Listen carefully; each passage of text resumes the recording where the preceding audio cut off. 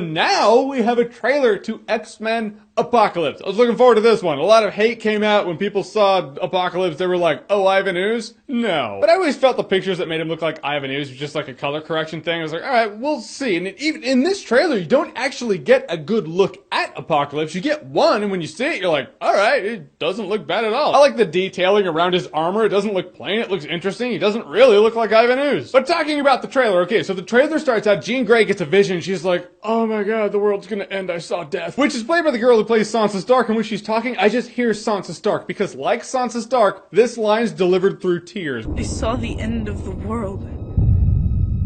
I could feel all this death. Jean, it was just a dream. You should probably listen to your psychic student, Xavier. And the trailer has a good tone to it. They're all talking about Apocalypse, so like, this guy is evil. Like the 4 horsemen of the apocalypse. You got that one from the Bible. Or the Bible got it from him. Oh. Okay. So this is all like biblical wrath shit without any of the Jim Caviezel as a buffer.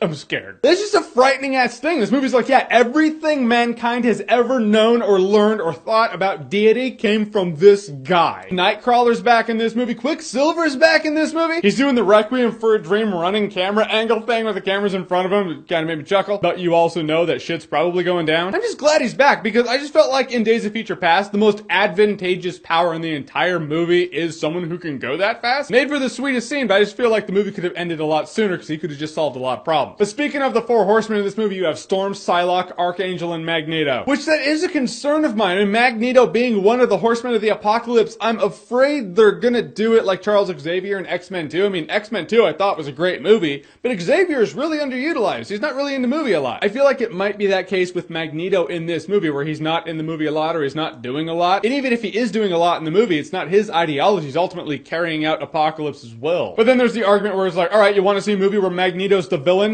Those are out there. There are a few of them. So let's give Apocalypse a shot now. Played by Oscar Isaac, I was one of the 7 people who liked the Russell Crowe Robin Hood. When I was watching the movie, I was like, I don't know who that guy is, but I want to see him in more stuff because I thought he was great in the movie. And now Oscar Isaac is just taking over Hollywood. He's in a Star Wars movie. He's in an X-Men movie. His voice isn't the Apocalypse that I remember, though. It's much more human. And you're lost because you follow blind leaders. I'm used to the animated series where he's like, I'm as far beyond mutants as they are beyond you, mutants. But one of my favorite things about this trailer is just, it's the simple moment where Xavier is on Cerebro and he looks scared out of his mind. Because that's Charles Xavier. I've never actually seen him this frightened. He looks scared shitless. Which is when after Apocalypse is like, no one is canceling the apocalypse! It shows Charles Xavier. I love the look on his face, not only because of the fact that his eyes turn black and that's just really creepy, but James McAvoy is a great actor, and this scene is why.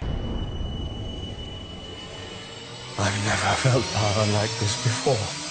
You see a few emotions on that guy's face in this one shot. First of all, he looks scared out of his mind. Then, it looks like he's enjoying the power he is feeling. Then it looks like he respects that power. I just love that scene. I watched just the end of this trailer over and over and over again. Probably watched it 10 times. 20.